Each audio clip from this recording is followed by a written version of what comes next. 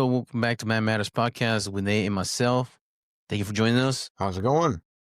Doing good, man. Doing good. We had a new logo, by the way, for our podcast, trying to reflect the Purple Belt Pimps. Represent. Repping, yeah, that's perfect. I like that a Dude, lot. the other day I was in Walmart and this guy was wearing a crispy purple suit with a purple vest and a purple tie and purple shoes. I was like, dude, I envy you right now. Get them all up, I'm sure. Oh yeah, dude. Like I was jealous, man. I was gonna take a picture, send it to you. Like, dude, check out this. Hey man, can I get a picture of you? Yeah, dude. I was really jealous, man. My wife was like, "Stop staring, man. I can't, man. Mesmerized." Oh, that's I funny. wish I could wear that in public with my family. What stop? And my wife, man, she would not walk next to me with that thing, man. You see me, dude? I look like the grimace She instead just of a hasn't Purple seen Belt you Pill. in it yet. She just hasn't seen you in it yet. Oh yeah, dude. I would I probably think look that's like the the. problem. I probably look like the grimace, probably if I wore that. Instead of like a Purple Belt. Nah, It's all about confidence. it's right. It's how you wear it. Dude, like I was telling, like I was going to dress up like Aquaman for Halloween. I should look like Maui from Moana. It's like, fuck. It's the confidence, man. You have to sell it. Dude, like, man. But you get a new logo. Decided like just change it up for new for this. Well, it's kind of like season 2 because we're over a year. Just change it up a little bit. Yeah. But man, we have a lot of things to cover, especially like this weekend CJI 2. One thing about it, day one. It's difficult. So I was disappointed. I really was looking forward to the tournament style, the teams, everybody getting out there and just seeing how everything. But what ended up happening is everybody was far too strategic and it wasn't exciting. Yeah, I was very disappointed in day one, to be honest. Everybody's going for that money, which I can't blame them for that. But especially there's the aspect when you're going in as a team and you're going for that money and you're the guy who like throws it all out there and ends up getting, submitted really quickly because you're taking chances and you lose it for the team. Yeah, you just lost everybody a lot of money. I get that aspect, but it was disappointing. Do you think the time was an issue? If there were the times where I was long, because it was 8-minute matches. The 8-minute matches were very short. I feel like yes, because I feel like a lot of jiu-jitsu is wearing somebody down. Mm-hmm. I mean, I get it. There's a lot of matches to get through, but yeah, I think the time was a little too short, especially for the guys at this caliber. They can roll for hours. Like they're not even close to their limits at 8 minutes. And but what about like when they go against somebody new? Do you think that's the reason they were just trying to be preserving? Because if you go get somebody else, you go 60 minutes, the second guy. You mean like if they have a long match and they win, but they go to the next guy? Yeah. Is that what you're saying? For example, like I think it was Julio Pena. That's true. He was like he won. He submitted Luke Griffith, was it? And then he got ragdolled by their smaller guy. Yeah, I mean that's very valid as well. I mean, definitely in the one tournament that I've had of this style, I went the first match and I won. The second match, even though I hadn't gone that long, I was exhausted. So there is definitely that aspect. I mean, it's hard to explain how tiring that first match is when you're immediately going into another match. Yeah. Yeah, so that's a valid point as well. I mean, do you think the 90 seconds was another factor because you had 90 seconds to recover? Yeah. You think it should have been longer? Say they could have longer matches, or I think it should be shorter to incentivize them to go for submission without worrying about being worn out for the next match. Yeah. Yep. Because you're willing to only have, for example, 4 minutes to submit somebody. And you do within those 4 minutes. Usually shorter matches, people, if there's no points, they're more willing to throw caution into the wind and go for it. If you have going to get a fresh guy and you have 90 seconds to recover, because I think it was 90 seconds, the intermission between matches. I couldn't tell you that. I don't know. I think it's 90 seconds because usually whenever we go in the gym, we go 5-minute rounds and then we have a minute break and then go on the next person like that. You also feel if you're able to recover within a minute, 90 seconds, should be a problem. It's nice to have the intermission, the part of like the 90 seconds, because some quintettes they don't have the time like between opponents. Yeah, you're just going right back. Yeah, right into the next one. Yeah. What surprised you on day one as far as like teams? Surprised me? To be honest, I don't feel like I was surprised too much on day one. Well, other than, let's see, I think Mika Galvao surprised me a little bit that he was a little bit slower than I was expecting. Yeah. It wasn't committed to his submissions. Right. Yeah, exactly. Some of the guys that I know are like very good and like they normally just chase after things, they were a little bit more cautious. That's what guard passing was the thing. Wasn't the thing the whole tournament. How many Exactly. guard Yeah, passes do you see? very few. That's the thing. Yeah, I don't know. I don't know what the. I'm wondering if it was the team aspect. You know, they don't want to lose it for everybody else, but some of these guys are like normally just absolutely dominant. They come out right out of the gate and they're just, you know, pressure, and they win like that. And they were just super cautious until the very end of the match, and just I don't know. That did surprise me. I was caught off guard a little bit by how cautious people were. What do you think about Giancarlo and Gio Martinez stabs on the first day? Giancarlo and Gio Martinez, remember their taps? yeah, Remember that? yeah. Gio Martinez, 100% go to the ref. That to me, that was a tap. I mean, I He get had the it. face that he was going to tap.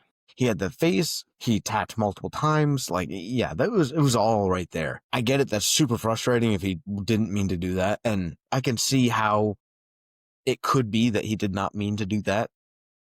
I am inclined to believe that he didn't genuinely did not believe that he did tap, but everything was there. I completely agree with the ref call. Who's the other guy? Giovanni, I do disagree with that one. That was not a tap. His face was totally calm. The hand only hit once, and he was kind of like feeling the leg down, which I get, because you're not looking at every part of the opponent's body. You kind of use your hands to feel that out. To me, that I disagreed with that call, to be honest. It felt like he was trying to maybe push, and then he switched his hands to like on the ground to change the pose, so you can put more weight on the leg to defend. And to be honest, I feel like it's on his opponent not waiting for the ref's call. You know what I mean? Like I know there's a little bit of leeway there, especially with jiu-jitsu, where like heel hooks and stuff happen so quickly that you can't necessarily wait for the ref's call. But in that case, I think it was not. He shouldn't have let go. Maybe he was selling it. Like in soccer, they sell it. Because like he tap. Look in the review. Like, usually you still like trying to put pressure on the referee, and the crowd usually they'll go up to the guy like, yeah, well, he's attacking. They get a little he was out or something like that. He was like, if you want to sell it that way, you can't do it the way. But he fucked up because he let it go too. So by that time, you had to commit to it. That's very true. Because I want referee. Come on, everybody's listen to the crowd. Everybody's booing. Yeah. It kind of surprised me a little bit how into it the crowd was, like how much they were encouraged. But I don't know. From where I was sitting, it just didn't seem. I know that like the crowd is going the other way as far as taps. I'm pretty sure Giovanni was pissed because they counted as a tap. But meanwhile, Chelsea went out once and they still reset him and win again against Craig Jones. Yeah. And the referee let him go again because the crowd was telling him to go again. Yeah. I mean, that was crazy. Yeah. My God. I was blown away by that. Yeah. He caught in the boogie choke twice. Mm-hmm. It was like a reverse boogie choke, too. Yeah. Not only do so many MMA guys, especially, say that is total bullshit, like that's not a thing. He caught him in that within seconds and had him out within seconds. Like, faster than I was expecting. I've never had a buggy choke even remotely that close. I've had a few. Off because he suplexed Craig Jones in roll. And as he rolled him, that's when he got caught in a reverse boogie choke. It's just so classic, so much like Craig Jones to get something like that, though, which is so funny to me. He pulling out of his ass. Yeah, like you think you're in a good position on Craig Jones until, you're not. he didn't think that Johnson went out because he was surprised. Like, what the fuck? Is that it? You see Craig Jones' face? It's like, what the fuck? Yeah, dude, that's crazy to me. And then he caught him again. And he was like 3 out of 5, 3 out of 5, not 2 out of 3. Like, but big props to Chael Sonnen for stepping up For sure. Yeah, took no, the that last was really minute. cool of him. Yeah. Yeah. Somebody has notoriety. He was selling it, the bad guy. Yeah, no, he was. Shut up. You trying to be the same trash talker as he's always done. Yes. I mean, consider he's He's 47 so years good at old. the trash talk. Oh my gosh. Oh, What's that? yeah. He's How old 47 is years old. 47? Okay, Yeah. yeah. Yep. But Yeah. freaking, speaking of day one, Wagner Rush's tooth fell out. Dude, that was also crazy. Yeah, didn't see that coming. He didn't he make a post with his lady the Yeah. next day? Yeah, the He was tooth like, is gone. dude, that was a big chunk. That was most of his tooth gone. Yeah. And the funny thing, the whole rest of the event, he's wearing a mouth guard. Even when they were celebrating, he had a mouth guard. Whenever they won their match, he wore the mouth guard. I Too was like, late, man. yeah. He was bleeding like crazy when the tooth cracked. But yeah, 42 years old, Wagner Russia competing as an alternate. That's crazy. Yeah, so Australia, Asia, they lost one of their guys. So they were going 4 guys in the semis. That's weird. That is. Yeah. I mean that's a huge, yeah, that's crazy. Literally huge handicap. Mm-hmm. Yep. Because they had, I think for Australia, Asia, and European, they had trials for them, for their team. Okay. That's what Interesting. they said during the event. So they had trials to qualify for that team. Do you think they should have like bench guy or alternate in case somebody gets injured in the tournament? I would think that would make sense personally. Yeah. There's plenty of guys to do that with, and yeah, I mean, the odds of somebody getting injured are pretty high. So yeah, no, I would think that would be a smart And plan. considering they get wild cards in Mm-hmm. their teams. Well, that's the thing too, is there was so many, like, was there any like regional team that didn't have somebody from a completely different continent? Like the European team had a American dude. The Australian team had, I don't know, it was a different nationality, I'm pretty sure. Well, they had the Japanese guy that he was out of B team. Yeah, okay. But he's stepping in for Levi Larry Jones because he got hurt. Did they have somebody from Turkey? I can't remember. Pretty sure somebody was. Yeah, I'm pretty sure I do remember that. Yeah. Mhm. So it was a little strange how the teams were broken up because it was supposed to be these different regions, but Mhm. it wasn't exclusively. Not that that's a huge deal to me. I don't really care that much, but I yeah. can't remember. Somebody didn't qualify for the European team and they went to another team. Really? Yeah, I want to say, was it 10th Planet? I can't remember which one it was. Other teams. Because you had the Gorillas, Pat Danny, the third. How many times did Lou Griffith cut him in stuff in the first day? Triangles, reverse triangles. And he didn't tap out. Yeah. The Lizard King always was able to find a way to whistle his way out of it. Lizard King lives another day. That's the thing too, is like when it's double elimination for your thing, for your your match, to not tap is pretty easy. You know what I Like mean? I Wagner know Russia. yeah. You can have a pretty deep submission and just like, I'm not going to tap to this, Mhm. and it's not a problem anymore. You know what I mean? Yeah. It's a little, yeah, it's difficult, I think. Yeah, like for example, whenever Wagner Russia versus Kenyan Duarte, it's like, dude, he was not tapping out. Like, I think he caught him one time in a rear naked choke. He was not tapping out of that. He had full body triangle. He wasn't Yeah, tapping out. that is hard. I love that format. I love the teams. I think it's really interesting to see there's different strategy involved, but keeping it action packed is much harder than I was thinking it was going to be. You know what I Yeah. mean? Considering last year, it was rounds, but this time it's just a minute per round, and then you go get somebody new. I liked the bounty that they tried.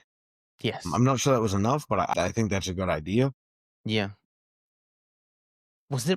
I think it's more submissions the first day. There was some bounty. The second Yeah. day. Yeah. Also, it was less teams too. Remember? True. That's valid. What was the first day? There was 3, 4. I thought there was.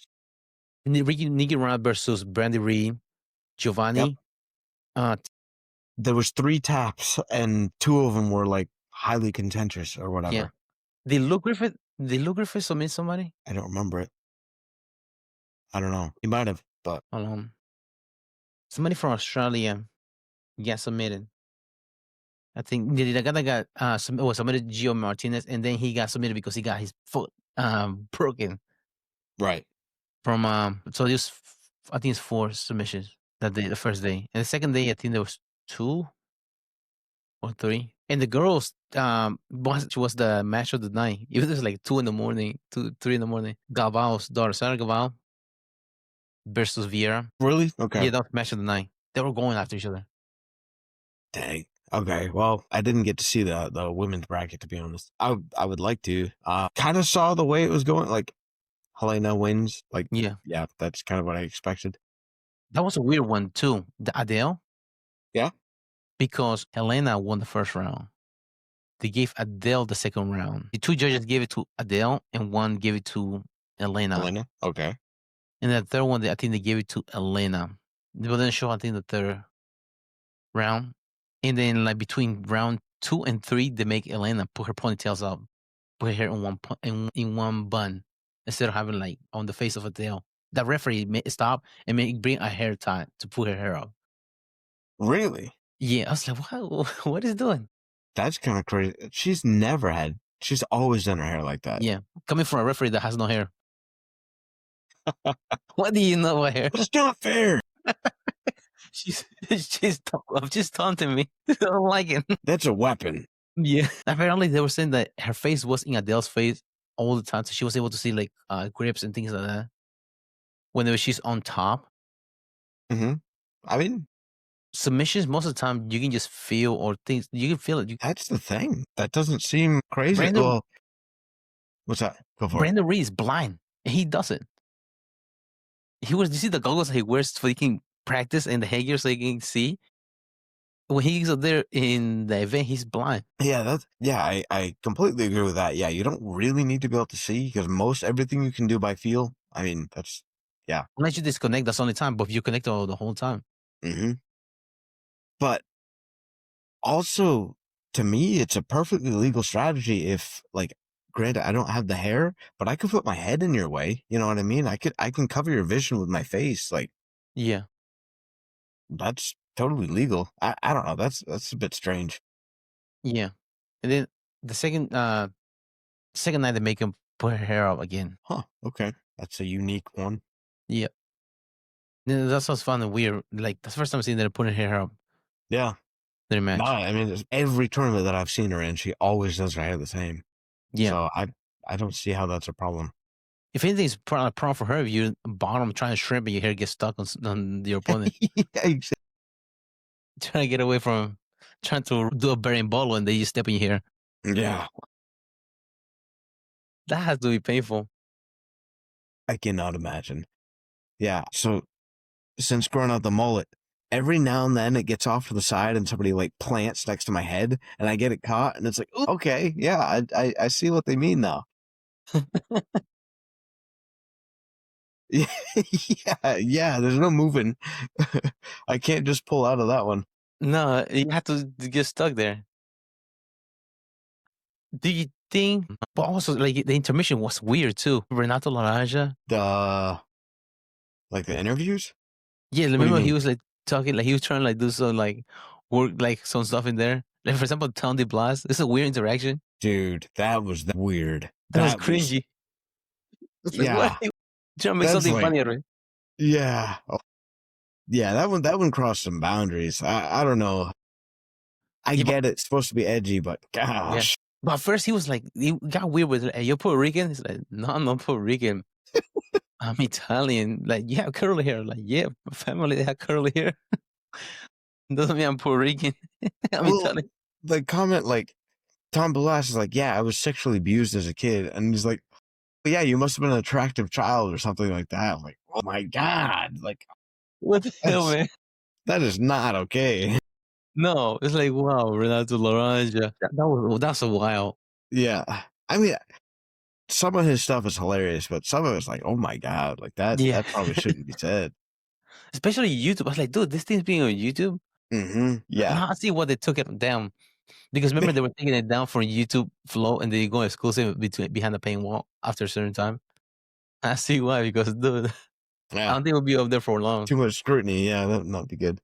And then Gabby wouldn't lose cannon. Even Renato was afraid what Gabby was gonna say. Well, She's like, motherfuckers. Like you remember, I mean, she was drunk as hell. She said, Craig Jones gave her tequila, like 3 shots of tequila before she went up there. my gosh. I was like, wow. But she was drunk. She was saying that she has more balls than Gable Stevenson. But she was actually did a match with Craig Jones, unlike him. That's kind of funny. Yeah, true. I have bigger balls than you. That's really funny. But Gabby, she was a loose cannon. Even whenever the Craig Jones, she was stepping out there. Whenever Craig Jones match with Chael Sonnen, she went out there and stepping in the middle. It's like she was going to go against Chael Sonnen next. She was too drunk for that. Yeah, that's funny. Oh my gosh. For day 2, it's basically kind of the same. So day 2 was Atos versus New Wave, and Australasia was handicap versus. Okay. I was like, I like the big guys. The big guys were the first one to start in the New Wave, right? Luke Griffith versus Felipe Pena. That one was pretty good because they had to go against. And for some reason, were they supposed to be the heavyweights? Who's number 1? And somebody pulled out of that match recently. They're supposed to be the heavyweight match between the two. Who's number 1? And one of them pulled out, and they face each other now in later on this year in CGI too. That's pretty cool. Still get to see that match happen. I'm surprised how much Pena was better than Luke Griffith. Yeah. And Giovanni, dude, he's technical as shit. Yeah. What did you think about the matches the second day? Second day, they were same as boring. I thought they were going for more submissions, but they were just stalling out. Like, I wish there was. Well, speaking of stalling, Andrea Guevara was pissed off. The referee was stood them up. I can't remember which match it was that he stood him up and they took a point from one of Atos guys for stalling. Was it Ronaldo? I can't remember which match it was, but they took a point from them. I thought that was the number 1 C team because they had a stack team. Atos. They were top. Were they number 1 seed? I thought they were not. I thought they were top 3, but I wasn't sure. Because they have Pena, they have Kanye Duarte, right? They have Ronaldo, they have Pato. And who's the other guy? Yeah, I should know that. Kanye Duarte, Felipe Pena, Barbosa, the Hulk. Yeah. Duh. Yeah. Okay. Yeah. So that's a stacked team right there. It is. Yeah. That's a very solid team. Yeah. To be honest, I didn't expect the B team to be as good as they were. I know they're solid. I know they're really good guys, but there was a couple guys that I hadn't seen as much of before, and they did very well. Yeah. Like who? Like Ethan? Like who? Yeah. Let's see. Yeah, Ethan I didn't know as well. Honestly, Joseph Chen I didn't know as well. Yeah, he was Victor in the last Hugo. I knew. Nick Rodriguez, obviously I knew. But yeah, there was a couple dudes in there that I didn't know as well. Yeah, Joseph Chen, I remember him from last year. He lost against the Hulk, but his car passing is legit. Like he's good. We didn't see that in this event. Mm-hmm. But he has a good guard pass. Mm-hmm. I wonder if it would have helped the matches if they had told the refs to be like extremely critical of stalling, like if they just gave out negative points like crazy. I wonder if that would be enough to encourage action.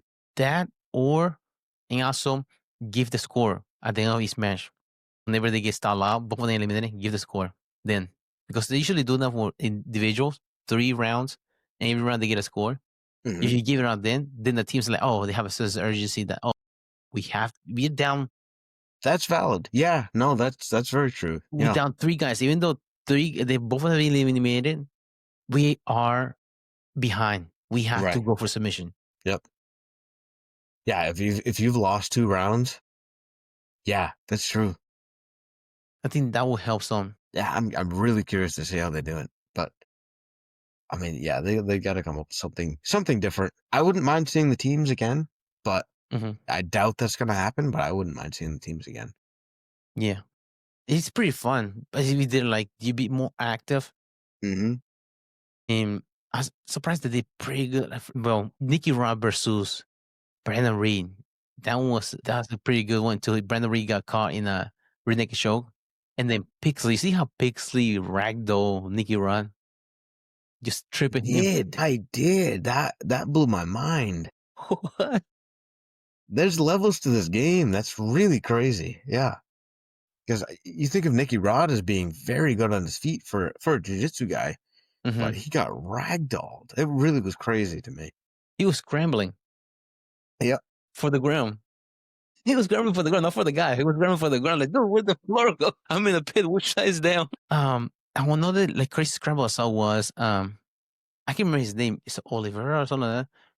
That went against Pena when they were going new wave. He was climbing on Pena, trying to do a mount when he was leaning against the pit, Mhm. and then he dropped down and dropped to a double and took down Felipe Pena. I think I remember that. Yeah. That was, he did very well in that one. Yeah. Really, like, he was attacking. He was very much on the offensive for that little bit. And yeah, definitely overwhelmed Pena, even Yeah. though he was a smaller guy. Yeah. I didn't know that he's 19 years old. No, I didn't know that either. That's why he's able to keep with that pace. He has the wrestling pace. He's 19 years old against Pena. Yeah, that's wild.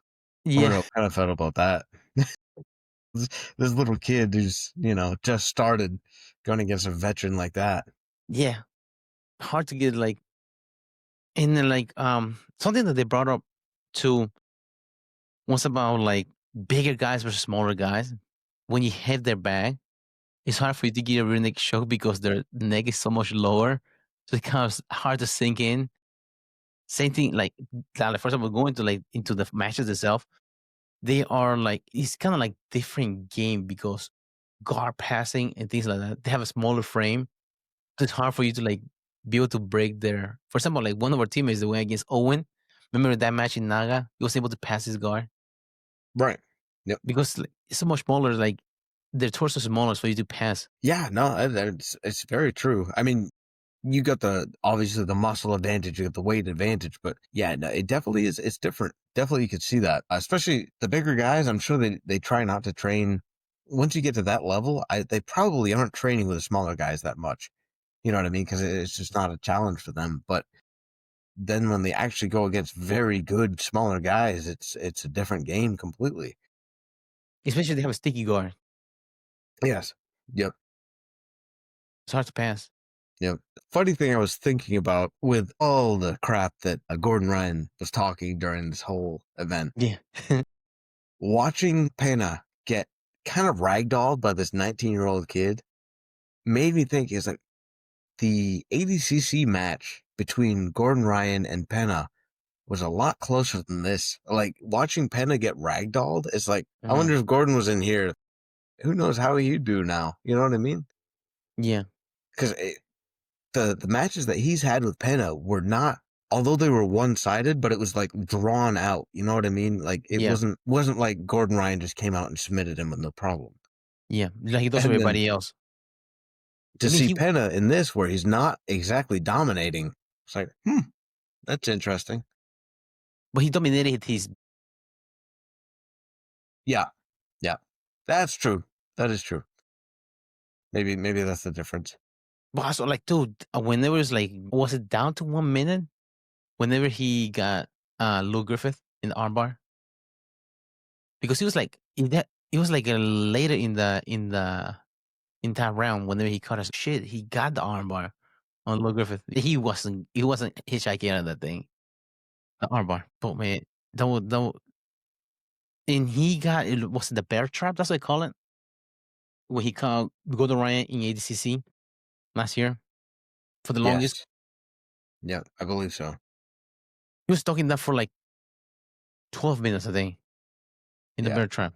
Yeah. Yeah. What was of a takedown? Was it? I think it was like almost out of bounds. That's why he got like a takedown on Pena, and that's why he was to win it because he didn't pass guard. I think. Yeah, I'm pretty sure it was. Yeah, I'm pretty sure it was something like that. And I then think Gordon even apologized after that match, which was, completely uncharacteristic for him. Yeah, and then he had the next match, right? And he got another one the second day, which he just basically just dominated the guy. Yeah, I think that's right. He just keep going from side control, neon belly, mount, neon belly, side control, neon belly, side control. This kid, that's how you keep scoring. Let him get his leg for a neon belly, and they escape out of there. Mount. That's what he was doing the whole time, just racking up points. Yep. Do you think they should be if it goes to they would both of them get eliminated, point 10, 10 a 10-9 system, or do you think it should go to score like they do a regular match to make it more interesting, to make it more aggressive? Because they're really stalling anyways, without like not trying to get submitted. I don't know. You think that would make things a little bit more faster paced? Yeah, especially like submission attempts. Right. Not so much like takedowns, guard passes, things like that. But as far as like submission attempts that are like legit submission attempt, I think one does that whenever they do like submission attempts.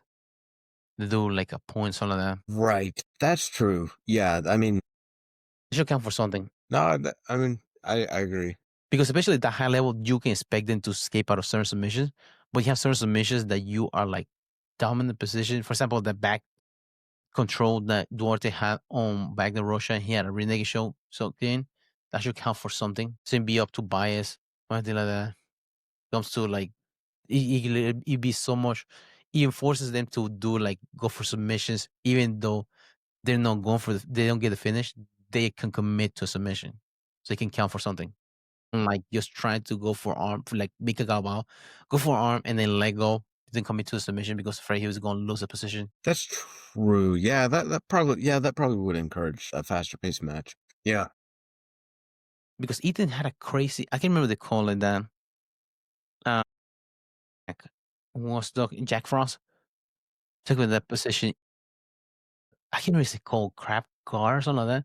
Whenever he had full guard and he reached for the leg of Oliveira, his knee just buckled out. He almost like blew his knee. I think he blew his knee during that match.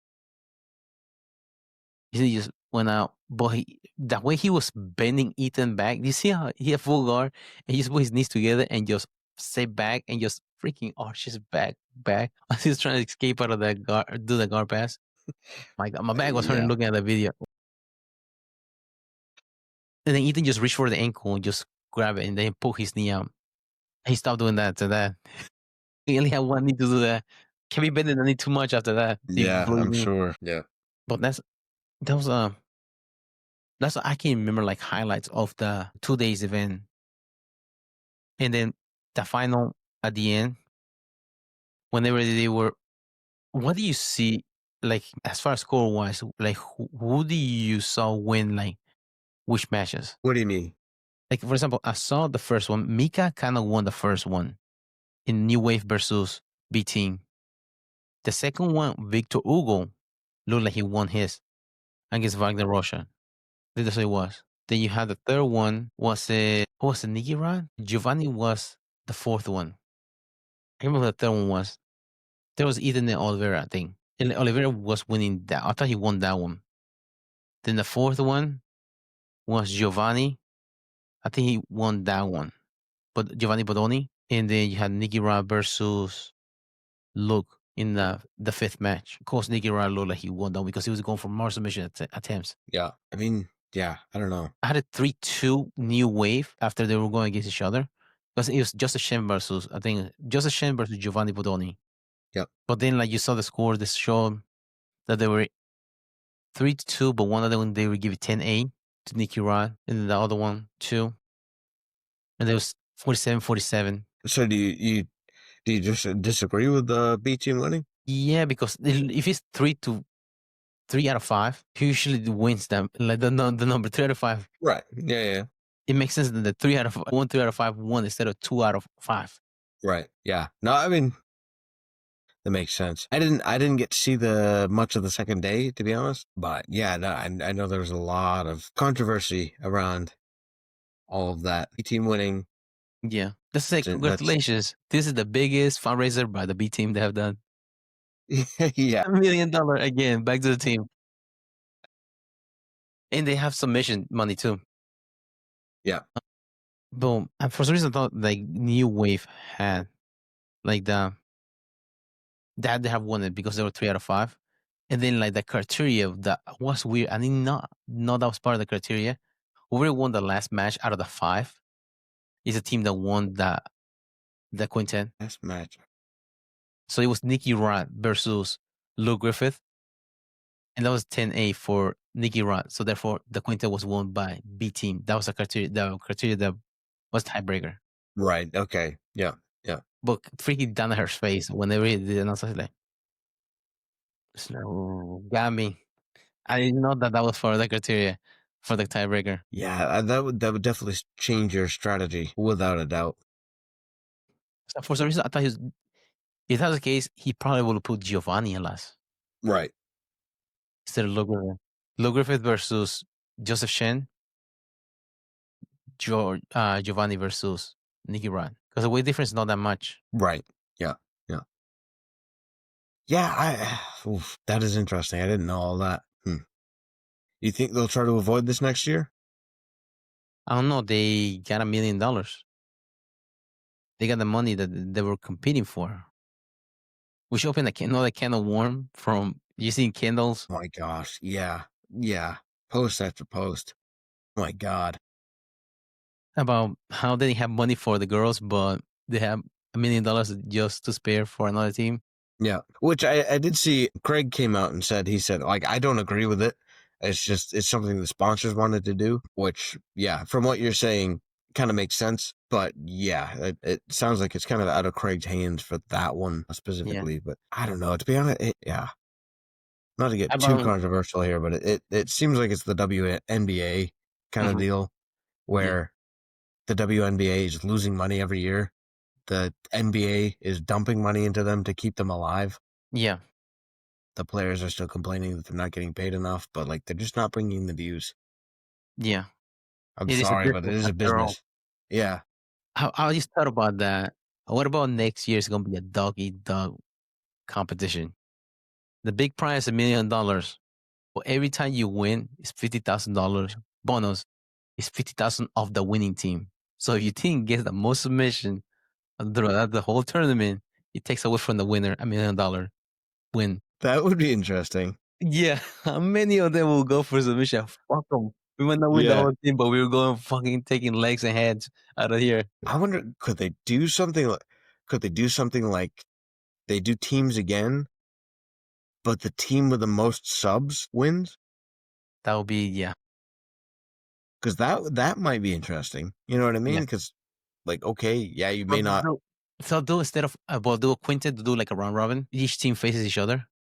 That's true. And like duels instead of elimination. So then whoever gets the more submissions between all of them. That would be really interesting. That would also be super fun in the fact that you get to see so many different matchups. Mm-hmm. That would be cool. You don't see other matches, like for example, Brandon Reed versus Lou Griffith. You don't see those because they first never faced New Wave, another side of the bracket. Right. That would be cool. I would like that a lot. Maybe that would be something. Yeah, that'd be the duels. Yeah, instead of a quintet elimination. Yep. No, that would be. Yeah, I really like that idea. Man, it's doggy dog. It really is. How much money does, speaking of Gordon Ryan, he's complaining about CJ. How much money does he have? Does he have $1 million to give his own team? Gordon? Yeah. I mean, he's complaining about that the reason his team is competing is the notoriety of the CJI, which has the name of a guy that he hates. But they're doing also for $1 million. If he has the money, why doesn't he give the money to his team? That's the question. No, it's not about that. He doesn't believe in giving away money. Yeah, Just giving away belts like Moneyberg. right. Yeah. To be honest with you, in this whole thing, Gordon's really annoyed me, especially like turning off the comments as well. So you're commenting all this crap and then turning off comments because you know the feedback's not going to be good. Like, No. you know, nobody's going to agree with you. It's really annoying. I was thinking about it. Like, he doesn't even seem that relevant anymore. Like, I Mhm. understand he was the GOAT. Like, he beat so many people. He had a crazy winning streak, but he's done the same thing that so many other people have done is like, you win for a while, you retire, and you start a gym. Yeah. That's like everybody else has done.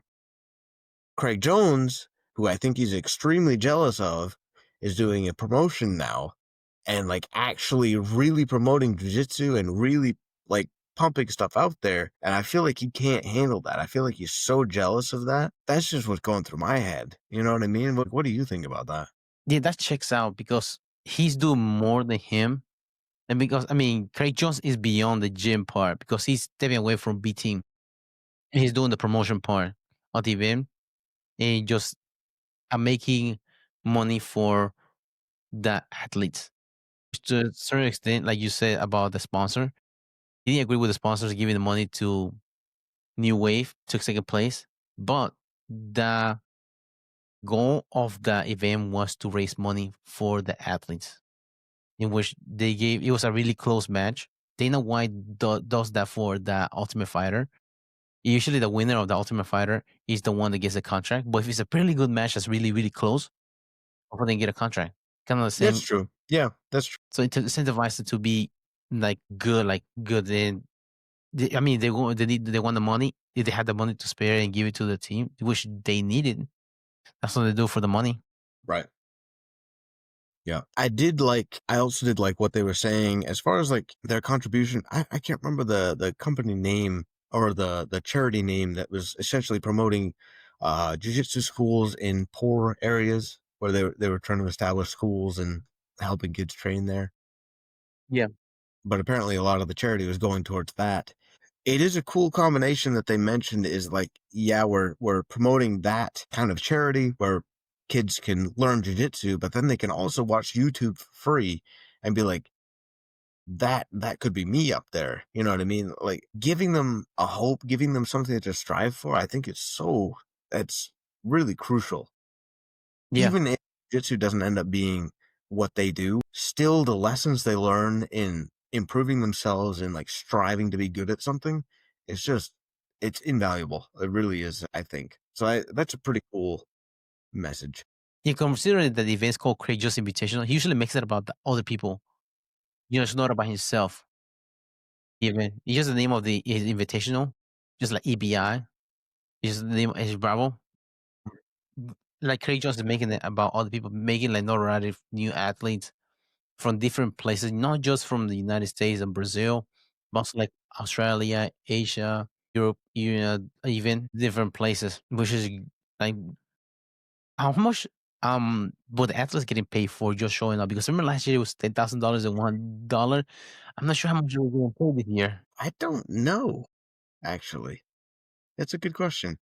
Yeah, I was wondering that. Do you think that was even a thing this year? Because I'm not I sure. truly didn't hear anything about it. I'm not sure because it's a team format. If they're getting paid. See if I can. Yeah, it's just bringing up CGI 1 and then payout structure for CGI 2 was instead of an individual minimum, the winning team split $1 million. Okay. Yeah, it doesn't sound like they did that this year. I guess they just got free tickets to the event. Yeah, true. Get a cut of the pay per view. I wonder how to do the streaming wise as Flow Grappling. Will they get like something for like a fundraiser for the event? Because for the charity event after so many streams, because according to Craig Jones, he said they have the most views for Flow Grappling for the event. They broke the record for I believe that. Very easily believe that. what else was it? So they have $2.8 million 2.8 million views. Largest audience of Flow Grappling history in YouTube, 167,000 plus concurrence on YouTube and 3 million plus minutes of live stream of frog lapping. Wow. Yeah. Yeah, that's more than 80cc. So I was wondering if out of those views, will they get like a certain cut for so many stream views that will go towards the share thing? I bet. Yeah. It's got to. And each competitor, there were they got a ring for the winning team for CGI too. Really? Yeah, when they were the one, they got a ring for CGI. That's cool. See, Gabby and Craig Jones got married Vegas. No. It's like a wedding in Vegas. One of the chapels there. You may kiss the bride. She was like gonna kiss Craig Jones. He was the bride. That's funny. But man, yeah, I wish it was more action packed. It is, but I feel like it's kind of a cutting edge event. And so I feel like in this, there's, you're going to have issues like that. You know what I mean? Like, because they're trying to push boundaries, they're going to find flaws in the plans that they're putting in place. But I think, next year should be better. And really, any promotion coming up should be able to learn from this. So it's kind of cool because it's a large scale. It's kind of a test.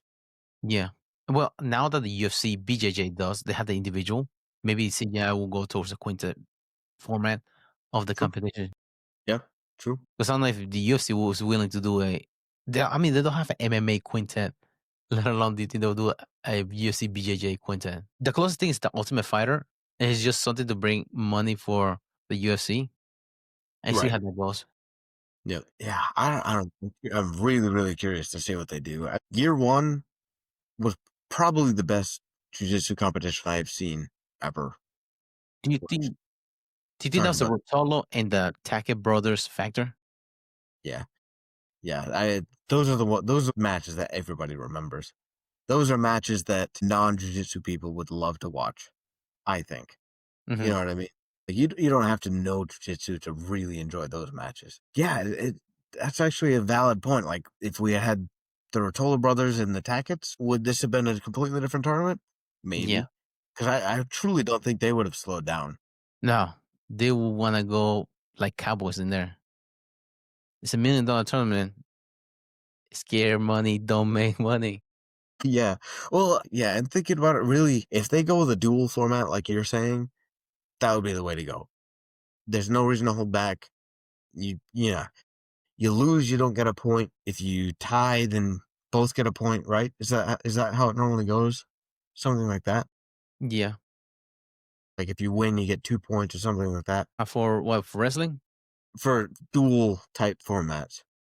The wrestling duel, they usually do.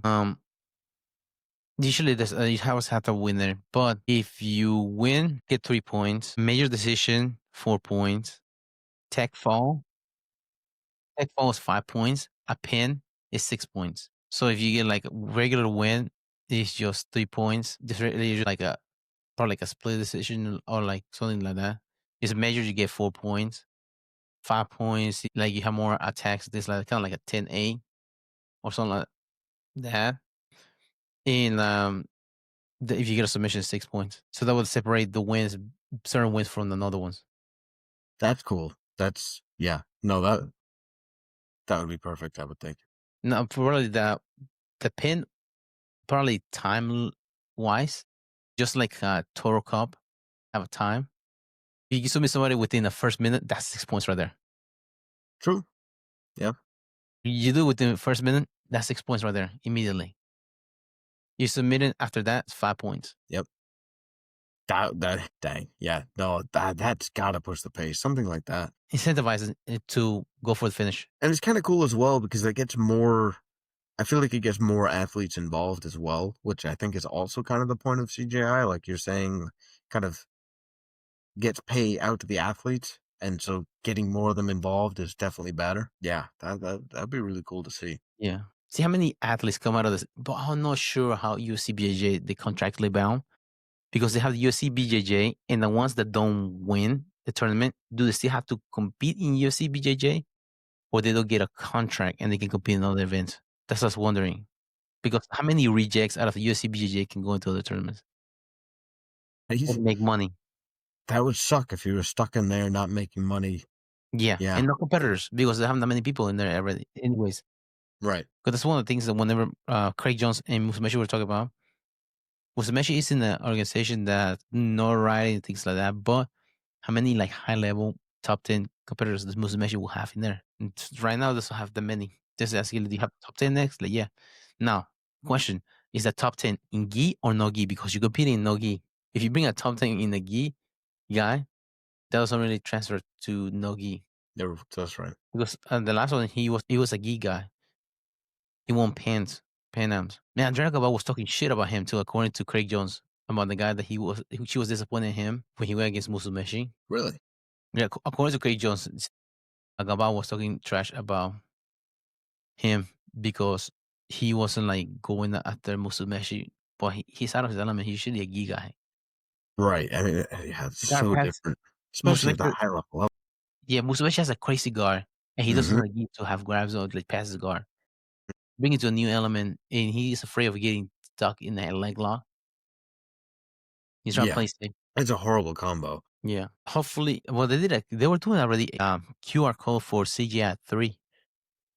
Really? Yeah, they were doing during the event. Another thing, B Team changed their name. They were announced it during the CGI too. Simple Man Martial Arts is going to be the name of the team, and it's not going to be just competitors. It's going to be hobbyists. It's going to have kids class. It's going to have MMA classes as well. Really? Yeah. Considering how they started was a blue belts and up, and only competitors that were allowed in there. Totally different. The different approach that they're going now. Yeah. That's too bad. I like the B team better. Yeah, yeah, me too. Second best team. I think they already have a podcast. Really? Simple Man podcast, because Ethan had the shirt that says that, because El Segundo hasn't filmed in about 11 months, and last one was with Adele. Because Craig just have been fundraising for this CGI too. Yeah. Wow. Huh. That's crazy to see how things are changing now that Craig's out of it. Yeah, I mean, they were together for 4 years. Now Mhm. something new. Yeah. Yeah. I hope it holds up. I hope it stays, a solid team. Because, I mean, right now, they really are superb. They're top, I'm top of the surprised line. how well they did against Daisy Fresh. Consider Daisy Fresh is like no-gi worlds. They were to dominate. BJ, You're surprised how B team did against Daisy Fresh? yeah, because Really? because Daisy Fresh, they're known for like doing like other tournaments, IBGF, Nogi, That's be able true. to like win, especially the purple belts. They like dominated in their divisions. I feel like the thing that B team has going for them though is they are in the mecca of jiu-jitsu right now. Hmm. You know what I mean? Daisy Fresh is not so much. I know people travel there to like train with them, and that I'm sure that helps. But just being in Texas, being in a place where there's jiu-jitsu everywhere, I feel like the just the level of competition that they are constantly up against is pretty insane. Yeah, and they have more partners to go with. You have So more partners to go with too. When you have that many people practicing that, yeah, they get so many looks, so many different games. B team has a really good setup going for them, I think. and they're really marketable too Yes. and approachable. Yes. As B team, I think they were. I don't know. The simple man just doesn't have the same ring. I No, don't know. Really curious to see how things B go. team was like second team, or was it because the Bull team? That's the beast Yeah. of. Yeah. Because remember they were the Bulls. The reason I was saying about being approachable, because do you see Gordon Ryan's private prizes? He posted on his Instagram not long ago. I was like, oh, according like to how many people are in doing the private, so here's the prices.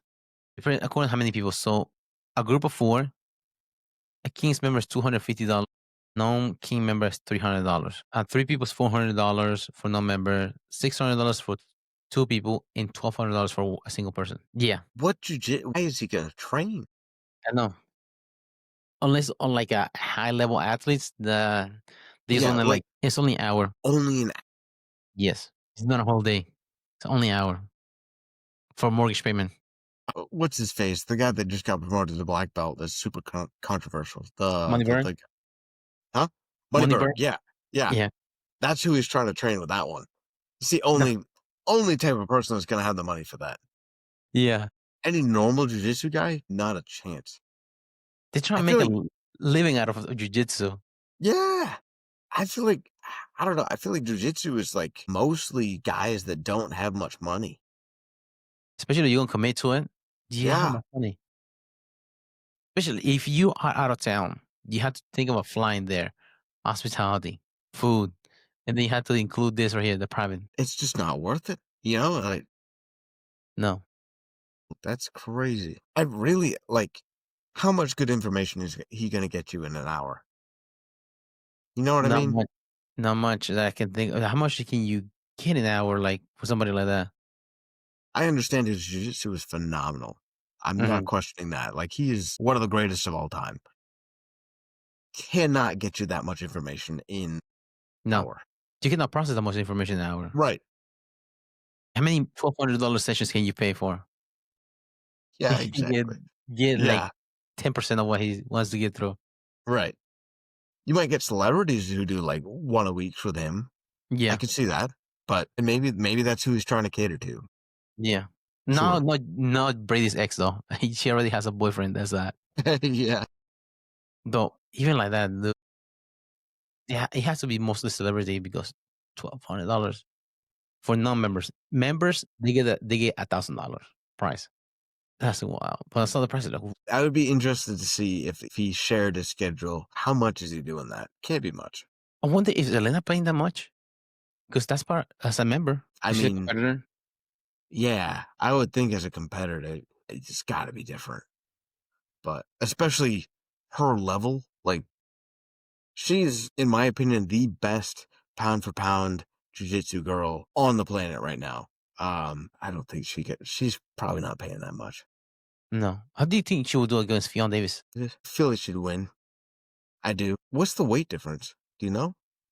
I'm not That's got to sure. be what's keeping them from having a match already. I think Selena's different weight. She's bigger than um um You think Fionn. Helena's bigger than Fionn? Yeah. Yeah, I had to look. Fionn, I mean, yeah, she dominates for sure, but not to the extent that Helena does. Helena is almost untouchable. It's kind of crazy. Yeah. Especially somebody younger too. It's not that much. 141, 145. Pound? Yeah. 136. Well, Fionn Davis in Nogi is 136. Helena is 145. Yeah. I can't imagine Fiona's trying to get that matchup though. But also Fionn's getting paid a lot of money. Whether she's overseas. You see their gym too? Really? Yeah. I can't remember how much their Fionn Davis gym is. Because freaking Gordon Ray was complaining about her gym too. It's too expensive. Really? Yeah. I mean, look at him. Yeah. According to Harma BJJ, that's what it is. It's a luxury Brazilian Jiu-Jitsu academy in London. Membership costs £230 per month. I mean, really, that's not that crazy. They have strength conditioning gym, cold plunge. Do they use the euro there? Is No, it because remember the Brexit, remember? Great Britain left the European Union back in 2020, I think, 2021. 230? Yeah, £230. That is like $310 a month. That Yeah, is a lot. yeah. Well, I mean, it's not that crazy for a gym to be $250 a month here, though, for Hmm. not anything like crazy special. Yeah. So that doesn't seem that crazy to me. Like for Hansel, will that be that much? I doubt it's that much. Who will be that They're much? probably 250, I would You know, bet. say 250. No, about the 250 gyms. Atos, maybe? Atos, they, Atos probably. I would imagine.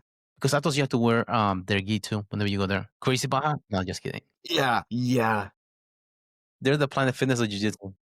they are.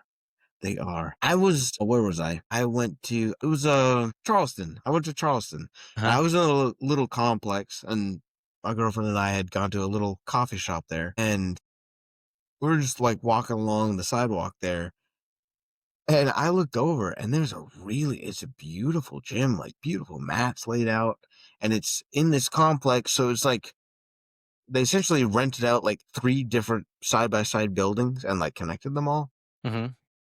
It looked really nice, but it was Gracie Baja. And I was like, oh my gosh, like you know they're just pumping people out. Yeah.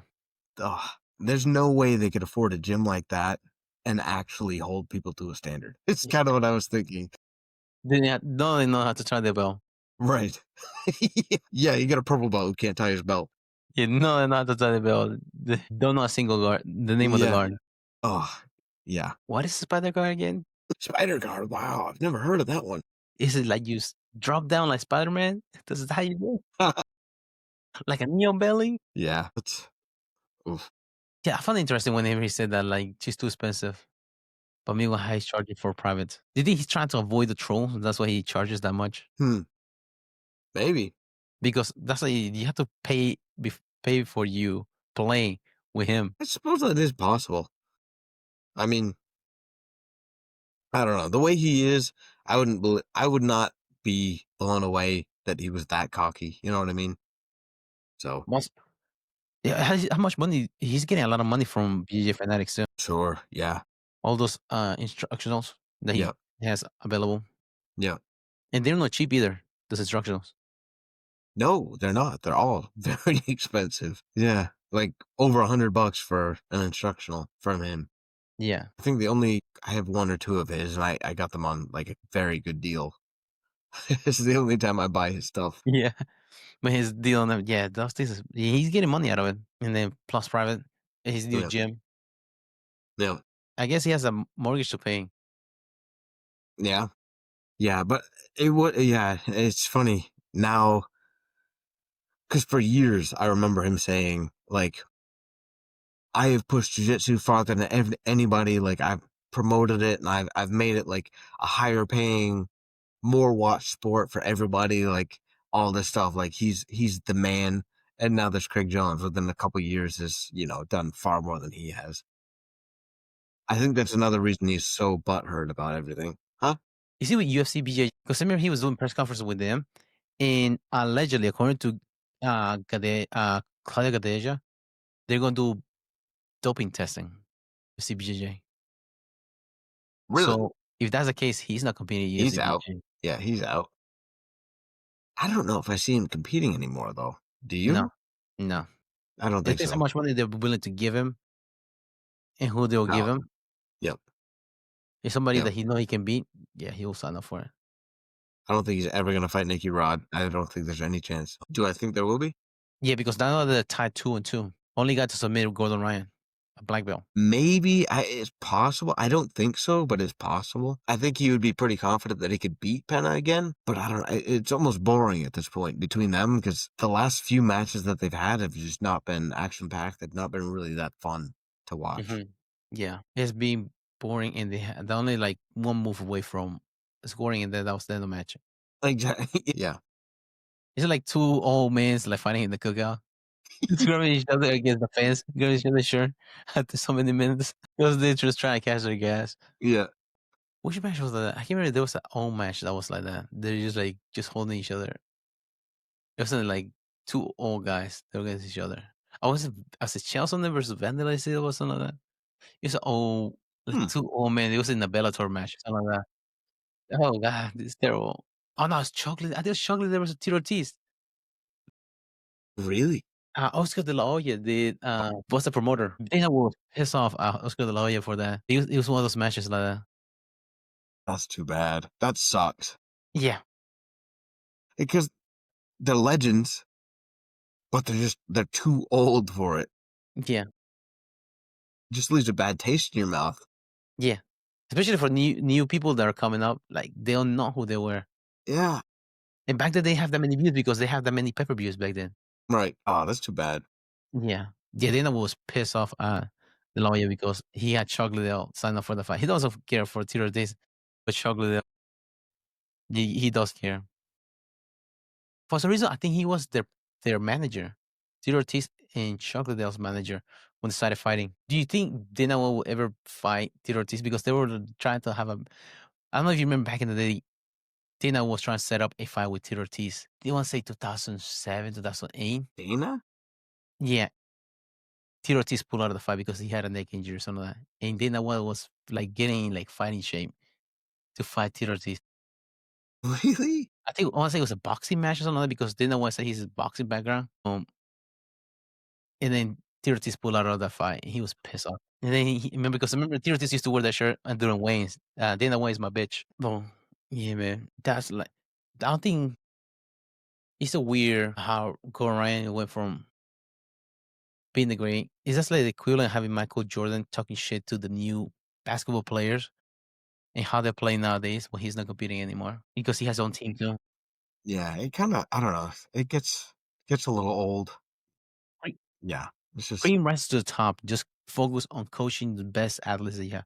If Jerry Jones is doing this to help the athletes to get more money, why don't you do the same thing for your team and bring them out exposure and be happy that they're able to get the money and they're able to like get the notoriety and get better at competing. But things that you show them instead of talking trash about somebody else. kinda gonna it's better to go out with class, I think, Mhm. than yeah. That's just when people don't especially for new people coming up who don't really know your reputation as well. I think when you're just this like retired guy talking trash about all these new people, like I don't know, it's just no class, turns people off towards, the the veterans. It just drops respect in that area. Killing with kindness, and especially if your gym is that good, show them. It's not about the money. It's about making. It's about the art itself. Anybody can make money. Look at Moneyberg and buy his own black belt. Right. You really want to? You want to prove like jiu-jitsu works? Prove them to your system. It'll show. Yep, exactly. That's the beauty about the sport. The mats are always fair. Can't hide anything. Yeah. No, except for Moneyberg. He has everything under money. Yes. Yes. Well, Let's when bring. you Let's don't. bring. Dude, I want to sign up Toro Cup with him. And go against him. Toro Cup. Yeah. Right. I beat a black belt. Moneybird. Oh, okay. The loser had to grow his hair out. Let's see who will win. Well, yeah, dude, how that's gonna bring all this stuff, but we can talk about it later. Another episode. For example, like Roger Jackson thing about what happened a few weeks ago, about with that wrestler. Right. Right. Right. Yeah. How crazy was that? He like just attacked a wrestler after. Well, just for like reference, the guy that he attacked, Raja Jackson, he thought that Raja Jackson was in on the wrestling, like they call it a workup or whatever in that business. I'm not know much about it, but he thought that Raja was in on it, and there's an event going on. Raja's always streaming, just like his dad, and he hit him. Psycho Sword, that's the guy's name. Smacking in the face with a can of beer. Raja, of course, got pissed off, but then the promoter's on like, "Hey, man, don't do it here. Like, don't attack him here. You'll be able to get your leg back during the match." So Psycho Stu was having another match with other people, and Raja was able to come in from the crowd and try and get his leg back, the quote unquote, against Psycho Stu. And he just decided just to pick him out double leg and just slam him against the ground, hit the back of his head, and just started hitting him. The guys had to separate from him. It's not a good look for Rajas if they haven't seen the first video. What happened in the parking lot? And also the guy he's in a freaking hospital because of it. Like he was in the hospital in ICU, which makes it's a perfect example for people that do jiu-jitsu. Don't do it on the street because somebody can hit the back of the head, they die, and you're charged for murder. It can go wrong so fast, and you're charged for murder, and you're stuck in jail or something. Just a decision, just like that, which is sad for him. He was trying to do MMA and things like that, kind of like his dad. The other side is that Rampage came out and that happened. Yep. Yeah. Guarantee that was like a promoter's, you know, backhanded way of getting something going. You know what I mean? Yeah, Like for sure, you like, oh yeah, he's definitely part of it, and he's not a part of it, and then you make him a part of it because this guy it's comes an and actor, smashed the beer can over his head. Yeah, that's just especially the notoriety of his dad, Rampage. He's not a. I'm not big into wrestling. I don't know much about wrestling, but I know how big the organization is. I mean, you being somebody like that, bring some controversy. There's no bad publicity. That's what the saying goes. So if you like cause something like that, even they might cause the life of your freaking wrestler because of what happened, but just bringing notoriety, it poor taste, man. It was bad on both sides. Actually, Mr. Beast, he did a post. Well, I saw a post from Mr. Beast. He said willing to pay the medical bills for that wrestler, Psycho Stu. Really? Yep. For some reason, I think the guy Psycho Stu is a veteran that has struggled with PTSD as well. So he's not the best guy that you want to set up a match with. Right. You tell him, hey man, do this right here. He's not mentally right. You're gonna be having what kind of promoter will do that? One who's in it for the money. Yeah. Yeah. Another thing was about advice. No, the Leandro Low incident. You cannot jiu-jitsu your way out of a bullet. Do not do that. Yeah, true. Yeah. You're a badass. How many people that think that you just like want to fight people and stuff like that? Dude, somebody pull a gun on you, that's game over. That's an equalizer. Game over. Yep. I don't know if you ever heard the story about Fabrizio Verdun at the time. He was a champion in heavyweight. He was in Brazil, and this lady got her purse stolen. He went chasing the robber, and the robber pulled out his gun. Verdun is like, oh, you good, man. He's letting go. Can I help? Yeah, I don't get shot. This for lady, I sure. don't know her. They took her purse. She can get the money back, but take my life and never get that back. Percent. Yeah, it's a good call. And people don't. Some people they're willing to pull a gun on you and you, they don't care. They're willing to do that. They don't care. Like, take your life. So keep that in mind. No, no. You're not Superman. You're not bulletproof. It's like everybody else. Because man, how many people get into? Sometimes I would try to teach my daughter, like, you see how crazy people are. Just let them be crazy because there's always somebody else crazier than them. Always somebody crazier than them. Yeah, that's true. There's always gonna be somebody crazier than them. How many times you seen that happen? I sent you the video of that guy that he was in a public golf course. He was drunk as shit, just trying Yes. to pick a fight with the other guys. So let's fucking go. He's thrown into a pond and then just got the shit beat out of him. He kept Yeah. coming. Dude, he took it Golly. like a merry-go-round and tossed him again into the ground like it was nothing. Just being drunk and just that. What makes it like? Why would you want to fight somebody when you're drunk? Truly don't. I never understood that. I get it. It's liquid courage, I guess, but well, I think that's part of it too. Is like liquid courage plus you have no idea how little you know about fighting, and then yeah, I like I get mad enough. I'll be okay. Dude, you get not power up out of a freaking move. You balance the compromise already. That's the thing that you think about whenever you are drunk and you like fight and things like that. You know how compromise your balances and you know coordinated. All the things you have to take into consideration for any kind of grappling or fighting fight wise. Another barrier you have to take into consideration. You know who the person is with too. Also very true. So it's not like you have the eyes in the back of your head. You talking shit to somebody, just bang you the whack in the back of the head. Right. Next thing you know, you pick it up your teeth from the ground because you got stomped on. Yes, because you can just you want to win a fight, just walk away. Yep. You win every time. An incident happened here in Ashboro recently. I think this weekend, a guy got into a fight with another guy. It's a 23-year-old and another guy. They got in an argument in Marshalls. They went outside. Both of them pulled out guns, shot each other. The 23-year-old got killed. Another guy, they pulled him over a few miles down the street. He got shots in the leg. Really? Yeah, because they just shot at each other. Just over argument in Marshalls. Why can you possibly be arguing in Marshalls that you want to kill somebody? Yeah. Dumb. It's so dumb. Like, yeah. I hate hearing about that sort of thing. It really, Yeah. it's just so, like, it's so useless. There's no, like, you win that argument. What do you get? Nothing. No. Yeah. I hate that. That really sucks. Yeah, and people are talking like about like I've seen some people that talk about, hey, you used to good, but my gun is better than you. Like, dude, so what? You gonna kill me? You gonna go to jail? Yeah. What do you get there? I'm dead. When- Yeah, you're gonna go to jail, and then your wife is gonna leave you.